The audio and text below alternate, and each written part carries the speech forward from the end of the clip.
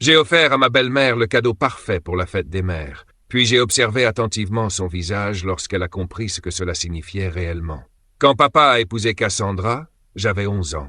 Maman était partie depuis 13 mois. Un mélanome foudroyant qui s'est propagé plus vite que quiconque ne l'aurait imaginé. Un jour, elle se plaignait d'un mal de tête. 82 jours plus tard, je me tenais en robe noire, encore étiquetée, devant sa tombe. Papa a attendu exactement 1 an avant d'emmener Cassandra à la maison. Elle travaillait dans sa société d'investissement, chargée des relations clients. Un sourire impeccable, des cheveux blonds qui ne bougeaient jamais, le genre de femme qui porte des talons aiguilles à un barbecue chez les autres. Elle me rend heureux à nouveau, m'a-t-il expliqué d'un ton doux mais résolu. J'ai besoin que tu essayes, Emily. Alors j'ai essayé. J'ai aidé Cassandra à emménager, transportant des cartons de chaussures de luxe jusque dans le placard où les vêtements de jardinage de maman étaient rangés. J'ai hoché la tête poliment quand elle a réarrangé le mobilier, remplaçant nos photos de famille par des toiles abstraites pour aérer l'espace, disait-elle. J'ai même souri quand elle a transformé le potager de maman en patio de méditation. Parce que faire pousser ses propres légumes, c'est tellement dépassé. Pendant 3 ans, j'ai joué le rôle de la belle-fille modèle. J'assistais à ses événements professionnels, vêtu des robes qu'elle m'achetait. Je supportais ses amis qui s'extasiaient sur ma maturité, tellement impressionnante pour une fille de 14 ans. Mais derrière mes notes parfaites et mes sourires de façade, je cachais un deuil silencieux. Papa ne remarquait même pas que je ne riais plus. Il était trop absorbé par l'agenda social de Cassandra, ses nouveaux clients, leur retraite de couple et leur club de dégustation de vin. Moi, je dormais chaque nuit avec un pull de maman sous mon oreiller, jusqu'à ce qu'il ne sente plus rien. Cassandra, à sa manière, faisait des efforts. Elle m'offrait des cadeaux d'anniversaire hors de prix, toujours des choses que elle aurait voulu recevoir. Elle organisait des dîners somptueux et me présentait comme notre fille à des gens influents qui, de toute façon, oubliaient mon prénom 5 minutes plus tard. Elle avait même ouvert un compte pour mes études, en veillant bien à ce que tout le monde soit au courant de sa générosité. Mais quand j'ai eu mes premières règles, c'est Google qui m'a appris quoi faire. Et quand je faisais des cauchemars sur la mort de maman, c'est le chien de la famille qui venait me consoler. Le point de rupture est arrivé durant ma 2e année de lycée. J'avais enfin été choisi pour un rôle principal dans la pièce de théâtre de l'école. C'était la première chose qui me faisait vibrer depuis la disparition de maman.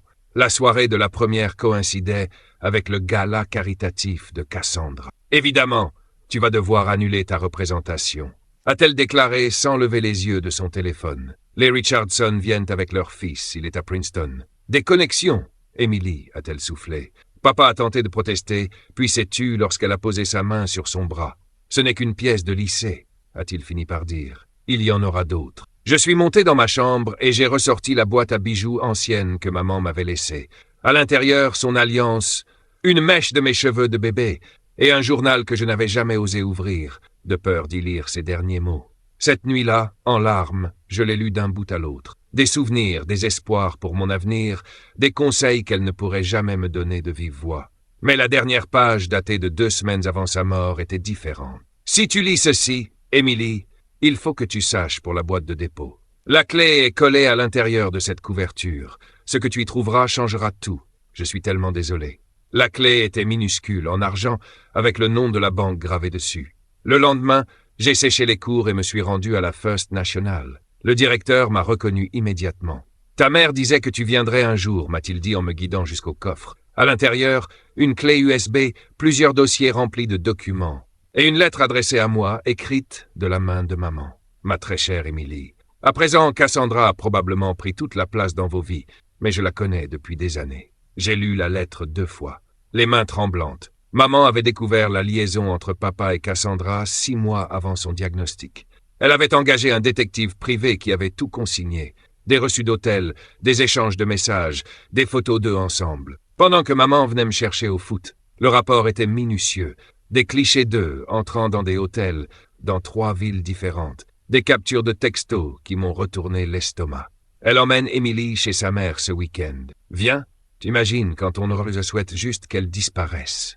Ce dernier message venait de papa, envoyé 4 mois, avant que maman ne tombe malade. Je feuilletais les relevés de cartes bancaires, des dîners dans des restaurants dont je n'avais jamais entendu parler, lors de soirées où papa prétendait travailler tard. Des reçus de bijoux qui n'avaient jamais atterri sur la coiffeuse de maman.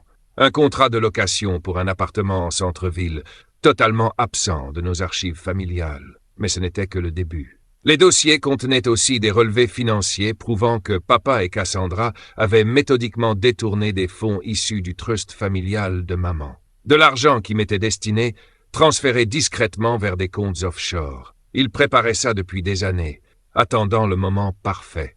La famille de maman avait bâti, en 3 générations, l'une des plus grandes firmes d'investissement de la ville. Quand elle avait épousé papa, il n'était qu'un conseiller financier ambitieux. Elle l'avait pris sous son aile, l'avait formé, aidé à gravir les échelons, jusqu'à devenir associé. Le trust représentait l'héritage de sa famille. J'étais censé en incarner l'avenir. Je découvris des tableurs détaillés retraçant des millions détournés via des sociétés écrans, de faux comptes clients et des investissements manipulés. L'argent passait par une douzaine de pays avant de disparaître dans des comptes numérotés. La signature de papa figurait sur chaque document clé. Celle de Cassandra apparaissait sur la plupart. Mais le pire, les dossiers médicaux. Ils suggéraient que le déclin soudain de maman n'avait peut-être rien de soudain.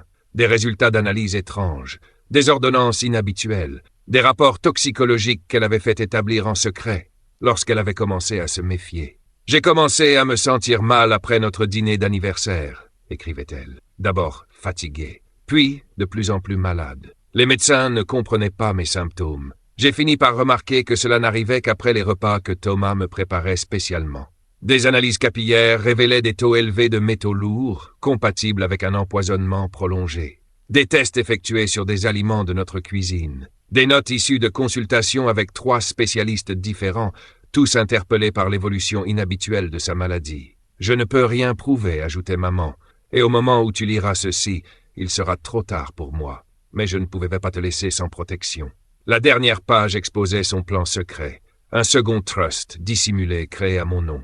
La maison et l'entreprise que je croyais sous le contrôle de papa étaient légalement à moi depuis mes 18 ans.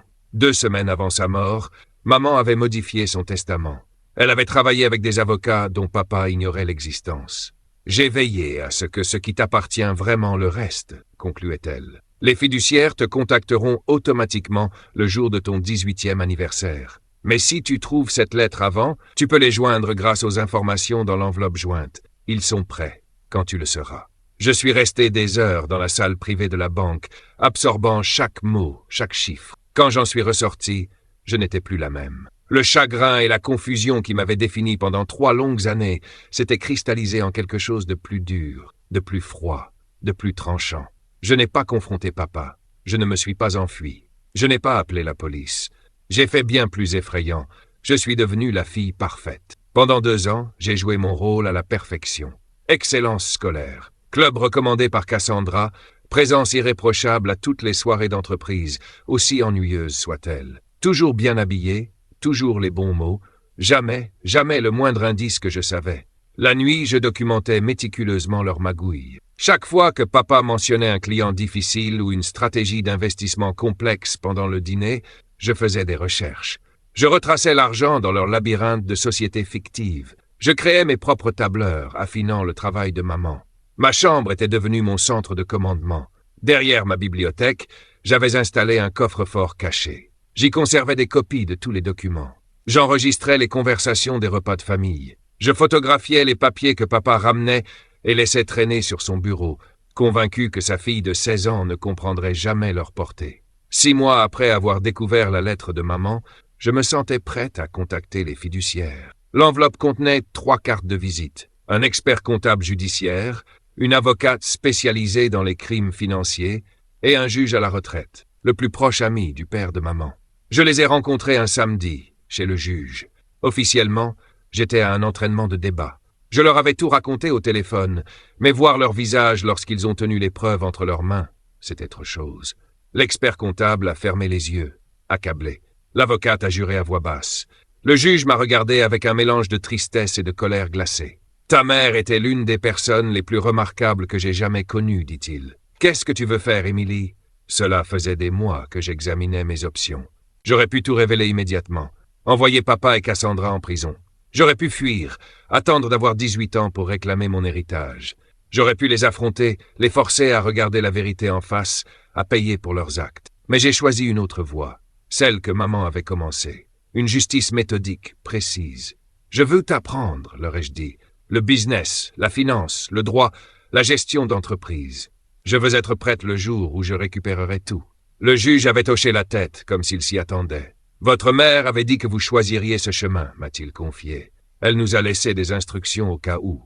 Et pendant les 18 mois qui ont suivi, j'ai mené une double vie. À la maison et au lycée, j'étais la fille parfaite, brillante, celle que Cassandra exhibait fièrement dans les dîners mondains. Mais 3 soirs par semaine, je disparaissais discrètement. Officiellement, c'était pour des groupes d'études ou du bénévolat. En réalité, c'était des séances intensives avec mon équipe secrète. Le comptable judiciaire m'a appris à lire des bilans financiers, à détecter la fraude, à démêler l'inextricable réseau de transactions qui maintenait l'entreprise familiale debout.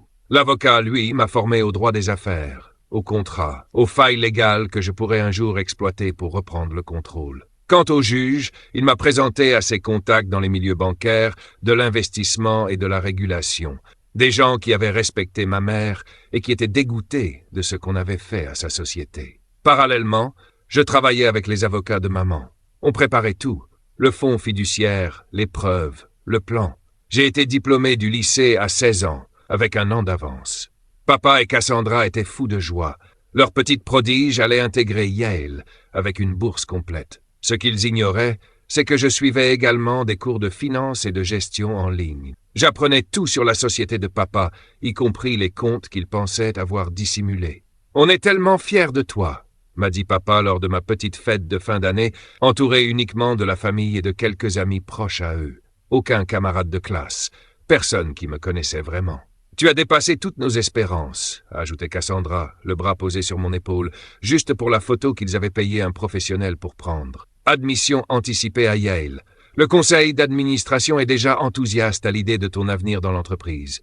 J'ai souri et je les ai remerciés, tout en sachant qu'en moins de 2 ans, ce serait moi qui posséderais ce conseil. L'été précédant mon départ pour Yale, Cassandra a annoncé qu'elle voulait m'adopter légalement. « Tu es ma fille, en tout point essentiel », a-t-elle dit en me caressant la joue lors d'un déjeuner dans son restaurant hors de prix préféré. « Faisons les choses officiellement avant que tu partes à l'université. » Je l'ai longuement observé, cherchant dans ses yeux une trace de sincérité. Mais il y avait une tension autour de son regard. Une manière trop rapide de jeter un coup d'œil à papa avant de me fixer à nouveau. C'était pas de l'amour, c'était de la stratégie. Une fille adoptée renforcerait ses droits sur l'entreprise familiale si jamais il arrivait quelque chose à papa. J'ai souri. Je l'ai serré dans mes bras et j'ai murmuré que rien ne me rendrait plus heureuse. « On devrait fêter ça », a proposé papa en appelant déjà le serveur. Pourquoi pas un week-end dans les Hamptons? On pourrait inviter les Preston. Leur fils est à Harvard, en droit. « Parfait », ai-je répondu, en pensant au dossier que j'avais compilé sur l'entreprise de logiciels défaillante des Preston et à la mystérieuse injection de fonds qu'elle avait reçue l'an dernier d'une des sociétés écrans de papa. Ce soir-là, j'ai convoqué une réunion d'urgence avec mes administrateurs. On s'est retrouvés dans le bureau tapissé de livres du juge, après que j'ai dit à papa et Cassandra que je passais la nuit chez une amie pour fêter ma remise de diplôme. « Ils veulent que je signe des papiers d'adoption », ai-je expliqué. « Je dois savoir si ça risque d'impacter notre plan. » Les avocats ont étalé des documents sur la grande table en acajou. « Au contraire, ça pourrait jouer en notre faveur », a dit l'un d'eux. « L'adoption nécessite des déclarations financières. On aura un état actualisé de leurs actifs. » « Et ça ne change rien au trust de ta mère », a ajouté un autre. « Il est verrouillé, à double tour. »« On en est où ?» ai-je demandé. Le comptable a ajusté ses lunettes. « On a retrouvé 67% des fonds manquants, suivis à travers 4 pays jusqu'à des comptes bien identifiés. C'est largement suffisant pour des poursuites pénales. »« Et pour la maladie de votre mère ?» a demandé doucement le juge. C'était la partie la plus dure pour moi.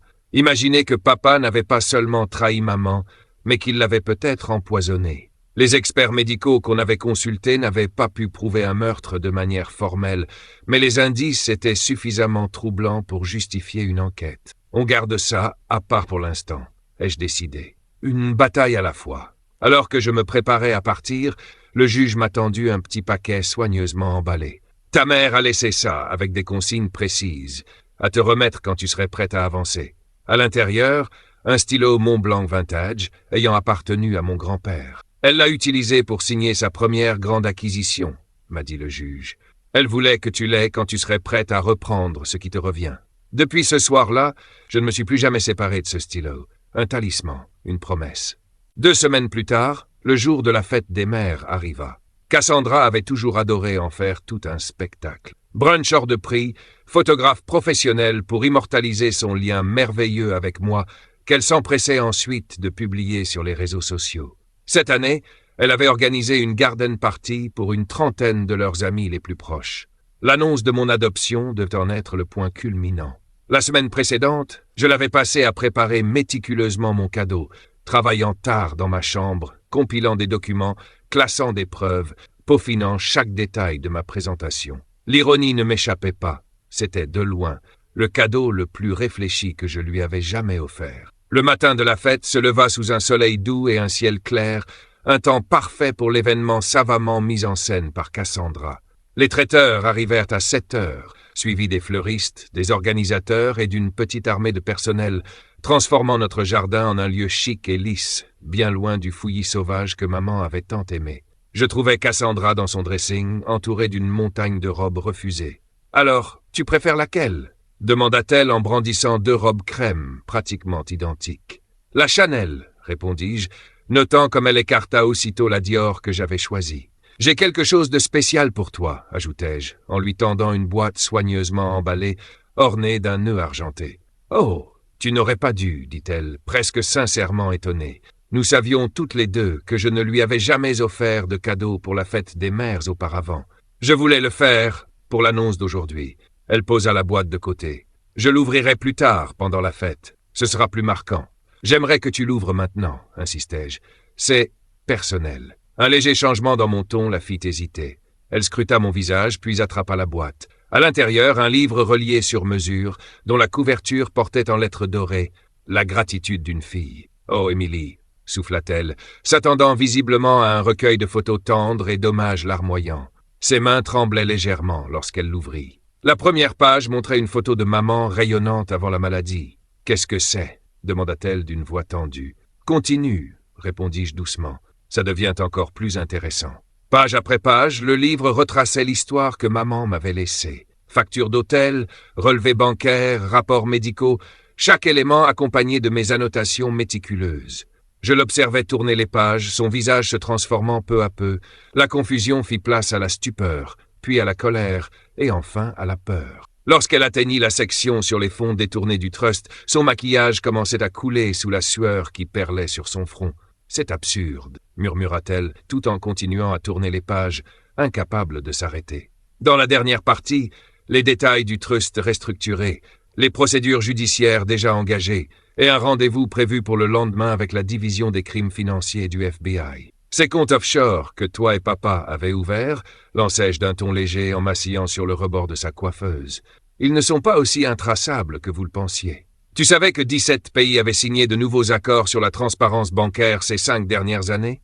Ou que les virements électroniques laissent des eurodatages qu'on peut recouper avec les données de localisation d'un téléphone portable? Son visage perdit toute couleur. Votre intérêt à tous les deux pour les conditions que je propose sera sincère, ajoutai-je avec un sourire, juste au moment où la sonnette retentit, annonçant l'arrivée des premiers invités. Bien mieux que la prison, non?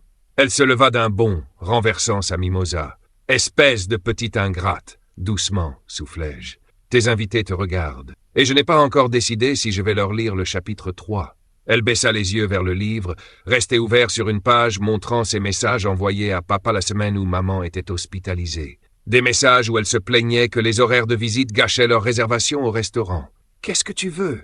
siffla-t-elle, les mains tremblantes en réajustant sa robe. « Tu vas descendre, accueillir tes invités, sourire, rire et jouer à la parfaite maîtresse de maison. Et demain matin, à 9 heures, toi et papa me retrouverez au bureau du juge Henderson pour discuter des conditions de votre liberté. » Ses yeux fouillèrent la pièce, cherchant peut-être une issue. Il n'y en avait pas. C'est du chantage. « Non, la corrigeai-je, c'est la justice, avec une pointe de clémence, si tu la mérites. » Je me dirigeai vers la porte. « Tu as 30 secondes pour réparer ton maquillage.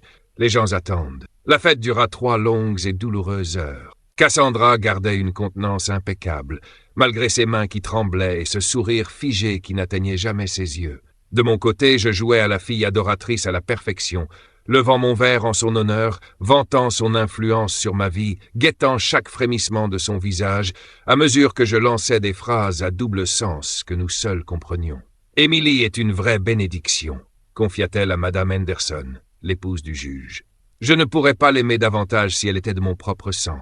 Et Cassandra m'a tant appris, ajoutai-je, la regardant droit dans les yeux, sur la loyauté, sur les conséquences. Madame Henderson nous observait tour à tour, sentant bien la tension sous-jacente, sans réussir à en cerner l'origine. « Vous êtes manifestement faites l'une pour l'autre », conclut-elle avec un sourire poli. Papa m'avait envoyé un texto pour dire qu'il serait en retard à cause de son parcours de golf. C'était parfait. Son cadeau l'attendait dans son bureau. Un exemplaire identique au livre que j'avais offert à Cassandra, accompagné cette fois de documents supplémentaires, bien spécifiques à son implication personnelle dans la fraude. Les invités s'éclipsèrent peu à peu à mesure que l'après-midi tirait à sa fin. Ils félicitaient Cassandra pour l'événement, me congratulaient pour mon admission à Yale. Je me tenais à ses côtés près de la porte, recevant les accolades de femmes parfumées à l'insécurité de luxe, serrant la main d'homme qui avait connu mon grand-père sans jamais se souvenir de mon prénom. « Tout va bien avec Cass ?» me demanda discrètement l'un des associés de mon père. « Elle est juste émue par l'adoption », répondis-je avec douceur. « Cette journée compte beaucoup pour elle. » Une fois le dernier invité parti, Cassandra monta à l'étage sans un mot. Je la retrouvai 20 minutes plus tard, en train de faire sa valise dans une panique silencieuse. « Tu pars quelque part ?» demandai-je depuis le seuil. Elle se retourna brusquement, une poignée de bijoux serrés dans le poing. « Tu n'as aucune preuve. Tout ça, c'est circonstanciel. Le FBI ne partage pas ton avis, la SSC non plus, mais tu peux toujours essayer de fuir. Ils s'y attendent. Il y a un agent garé au bout de notre rue. Depuis 3 jours. C'était un bluff. Les autorités n'étaient pas encore impliquées. C'était justement l'un des leviers dans ma stratégie de négociation. Mais Cassandra l'ignorait. Elle s'effondra sur le lit, à côté de la valise à moitié pleine. Et maintenant, on attend papa, puis on discute des conditions. Il arriva 1 heure plus tard, appelant Cassandra en entrant. Je l'attendais dans le vestibule, son cadeau entre les mains. « Où est Cass ? C'était comment la fête ?» demanda-t-il en desserrant sa cravate. « Elle est en haut, mais je pense que tu devrais ouvrir ça d'abord. » Je le regardais tourner les pages, son visage traversé des mêmes émotions que Cassandra avant lui. À la différence près qu'il resta totalement silencieux, son instinct d'avocat prenant le dessus, même sous le choc. Quand il releva enfin les yeux, son expression était impénétrable. « Où as-tu trouvé tout ça ?» Maman me l'a laissé, avec des instructions précises. Un éclair de douleur traversa brièvement son visage, vite refoulé. « Émilie, quoi que tu penses savoir, est documenté en triple exemplaire, stocké dans plusieurs lieux sécurisés, terminai-je à sa place. Y compris des éléments sur la dégradation de la santé de maman, qui laissent entrevoir bien plus que des crimes financiers. » Son visage devint livide. « Tu ne peux pas croire qu'on l'a empoisonné ? » Je ne sais pas. Les preuves sont inconcluantes, mais suffisamment solides pour ouvrir une enquête, si je décide de la lancer. Il referma soigneusement le livre, comme s'il allait exploser. « Que veux-tu ? La même chose que j'ai dit à ta femme. Demain matin, 9 heures, bureau du juge Henderson. On parlera de comment éviter la prison. » Ce soir-là, alors que tout le monde était parti, je retrouvais Cassandra seule, assise dans l'obscurité du jardin qu'avait jadis fait fleurir maman, désormais remplacée par un mobilier blanc et stérile, soigneusement choisi par elle. « Pourquoi maintenant ?» demanda-t-elle sans me regarder. « Pourquoi avoir attendu tout ce temps ?» Je m'assis à ses côtés, lissant ma robe. Maman m'a appris la patience, et j'avais besoin de tout comprendre. « Qu'est-ce que tu veux ?» J'avais imaginé cette scène pendant 2 ans, espérant y trouver une forme de satisfaction, peut-être même de la joie. Mais face à cette femme qui avait contribué à détruire ma mère, je ne ressentais qu'un vide glacial. Papa transfère le contrôle de l'entreprise à travers le mécanisme du trust initial. Vous démissionnez tous les 2 publiquement, mais restez consultants sous ma supervision. L'argent détourné retourne dans le trust. En échange, je ne poursuis pas au pénal. Elle éclata d'un rire amer. Tu n'as que 16 ans. Tu ne peux pas diriger une entreprise.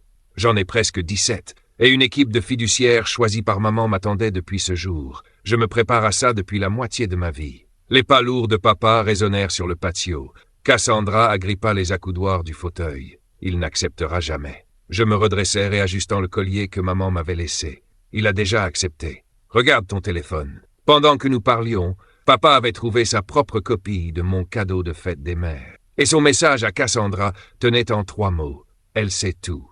Papa nous a rejoints sur la terrasse. Son visage, ravagé par la fatigue, semblait encore plus creusé à la lumière déclinante. Tu n'étais pas obligé de faire ça comme ça. dit-il doucement. Tu aurais pu venir me parler directement. Comme maman l'a fait, ai-je rétorqué. Quand elle t'a confronté à propos de ta liaison, il y a 4 ans, ou quand elle t'a questionné sur la gestion des fonds du trust. Ces conversations directes, comment se sont-elles terminées au juste? Il n'avait rien à répondre. L'entreprise ne se résume pas à des chiffres sur un tableur, tenta-t-il alors. Ce sont des relations humaines, la confiance des clients. Si tu nous évinces, les dégâts pourraient déjà être irréversibles. J'ai coupé court. L'équipe originelle de maman est prête à reprendre les rênes. La plupart n'ont jamais eu confiance en toi de toute façon. Ils sont restés par loyauté envers sa mémoire. Cassandra lança un regard noir à mon père. Tu m'avais dit qu'ils t'étaient fidèles, que tu avais leur soutien. Il a menti, ai-je répondu, comme il a menti sur le contrat prénuptial que tu as signé. Quel contrat? Demanda-t-elle vivement en se tournant brusquement vers lui. Celui dont j'ai une copie, ai-je précisé, avec la clause d'infidélité, celle qui stipule que tu ne toucheras rien en cas de divorce. Et j'ai aussi des preuves de ta liaison continue avec Ryan Donahue, du service juridique. Tu croyais vraiment que les frais d'hôtel ne finiraient pas dans les audits de dépenses? Son teint devint livide. Mon père, d'abord perdu, comprit soudain. Son visage se durcit sous l'effet de la colère. « Tu m'avais dit que c'était fini, grogna-t-il. »« Ça l'est, insista-t-elle, mais ses yeux fuyaient déjà les siens. »« Émilie te manipule. Ça, c'est plutôt ton domaine, ai-je dit en me levant. Moi, je préfère les approches franches. 9 heures demain. Sois à l'heure. Et ne tente pas de fuir. Des gens surveillent la maison. Je les ai laissés là, sur la terrasse, leur chuchotement furieux me suivant jusqu'à l'intérieur. Dans ma chambre, j'ai appelé le juge Henderson pour confirmer notre rendez-vous. Puis, j'ai envoyé le dossier complet à mes mandataires, avec pour consigne de le transmettre aux autorités si je ne donnais pas signe de vie avant midi le lendemain. La nuit fut longue, impossible de dormir. Je suis resté allongé, à écouter leurs disputes étouffées à travers les murs, parfois un objet brisé, une porte claquée. Vers 3 heures du matin, j'ai entendu une voiture démarrer, puis s'éloigner. À l'aube, la maison était plongée dans un silence pesant. Je me suis habillé avec soin. Un tailleur sobre que maman m'avait acheté pour ma première compétition académique. Ses boucles d'oreilles en perles, un maquillage léger, une allure sérieuse, plus mûre que mon âge. En descendant, j'ai trouvé papa seul, accoudé à l'îlot de la cuisine, une tasse de café entre les mains, toujours vêtu des habits de la veille. « Où est Cassandra ?» ai-je demandé, même si je m'en doutais déjà. « Partie », a-t-il répondu d'une voix lasse. Elle a pris ses bijoux et sa voiture, laissé son téléphone pour ne pas être traçable. J'avais prévu cette éventualité. Ça complique un peu les choses, mais ça ne les change pas. De toute façon, c'est pas elle l'actionnaire principal. Il a levé les yeux vers moi, rougi, vide. « Tu lui ressembles », a-t-il soufflé. « À ta mère quand elle se battait pour quelque chose.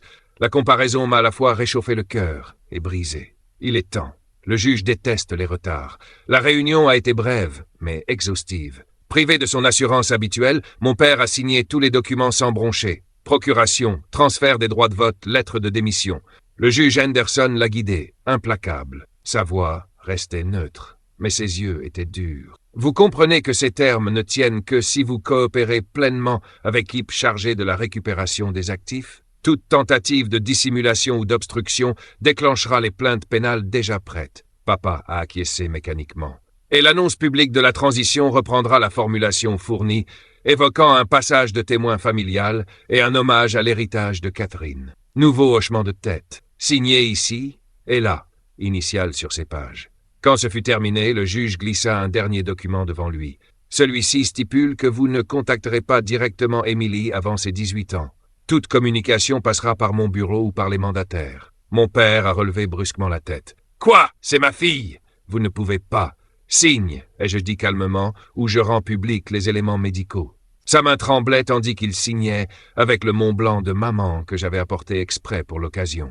Lorsqu'il a reposé le stylo, ses épaules se sont affaissées, comme si tout son âge venait de le rattraper d'un coup. « Je peux au moins expliquer ?» demanda-t-il, à peine audible. « J'ai déjà lu toutes tes explications, » ai-je répondu. « Dans tes mails à Cassandra, dans tes notes justifiant les transferts, dans la déclaration que tu avais préparée pour le conseil d'administration l'an dernier, celle où tu me désignais comme un futur visage public sans réelle autorité. Je pense que je comprends parfaitement. » Le juge Henderson mit fin à la réunion en informant mon père qu'une voiture l'attendait pour le conduire à l'hôtel. Il lui serait permis de revenir à la maison la semaine suivante, sous supervision, pour récupérer ses effets personnels. Alors qu'il se levait pour partir, il s'arrêta brièvement à côté de ma chaise. « Ta mère serait fière de toi, dit-il. Je n'ai jamais su si c'était un compliment ou un reproche. « Je sais », répondis-je simplement. 2 mois plus tard, je siégeais à la tête de la table de conférence dans ce qui avait été le bureau de mon père. La transition au sein de l'entreprise avait été présentée comme une succession familiale, saluée par des communiqués de presse vantant l'arrivée d'un nouveau visage à la tête du secteur. Mon père restait le visage public de la société, mais ses moindres gestes financiers étaient désormais encadrés par des contrats intransigeants. Il avait conservé la maison, sa position sociale, et échappé à la prison.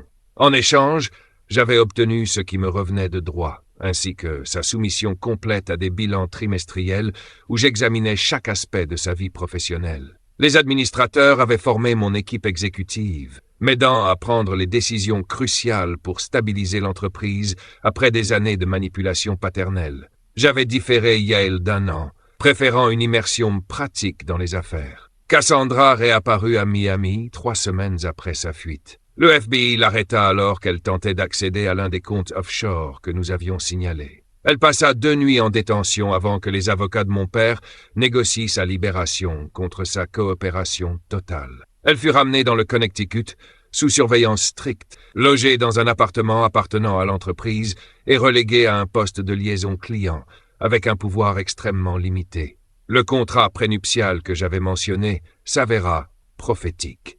Mon père demanda le divorce pour abandon du domicile et infidélité, ne lui laissant que ce que notre accord de séparation lui permettait d'obtenir. Elle tenta d'abord de se défendre, menaçant de dévoiler les fraudes de la société, jusqu'à ce que mes avocats lui rappellent qu'elle serait la première visée par toute enquête. Ce n'était pas une justice pour maman.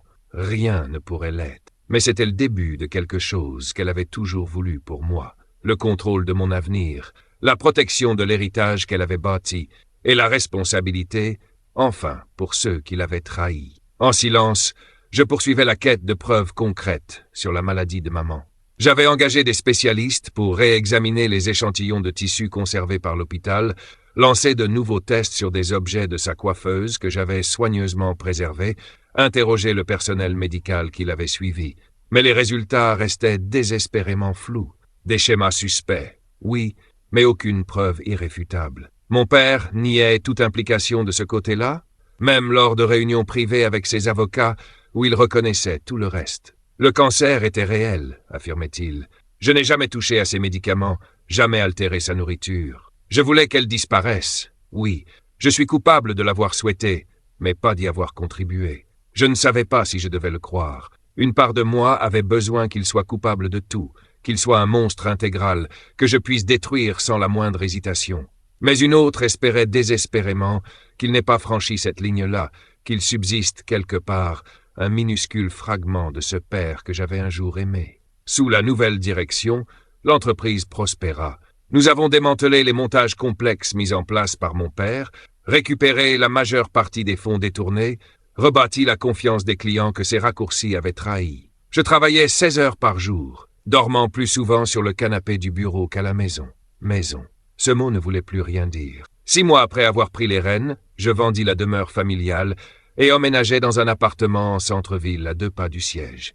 Mon père, lui, déménagea dans une maison plus modeste en banlieue, privé de ses abonnements au club UP et de la majorité de son entourage, après que notre déclaration officielle, soigneusement rédigée mais limpide, ait confirmé son éviction. La semaine dernière, je suis allé sur la tombe de maman pour la première fois depuis la lecture de sa lettre. « J'ai fait ce que tu m'as demandé », lui ai-je murmuré en déposant un bouquet de fleurs sauvages sur la pierre. « L'entreprise est en sécurité. Ton héritage est à l'abri. J'aimerais tant que tu puisses voir tout ça. » En me retournant, j'aperçus une silhouette familière au loin. Cassandra, tenant elle aussi un petit bouquet. Nos regards se croisèrent à travers le cimetière. Elle ne s'approcha pas. Elle se contenta d'un léger hochement de tête avant de s'éloigner. Certaines leçons prennent des années à se faire comprendre. Certains cadeaux continuent de donner, bien longtemps après avoir été ouverts. Depuis ce jour, à chaque fête des mères, j'envoie à Cassandra le même présent. Une simple photo de maman souriante dans son jardin, accompagnée d'un mot « Je pense à toi aujourd'hui ». Elle ne répond jamais, mais je sais qu'elle comprend. C'est le seul langage qui nous reste, et il dit tout ce qui compte.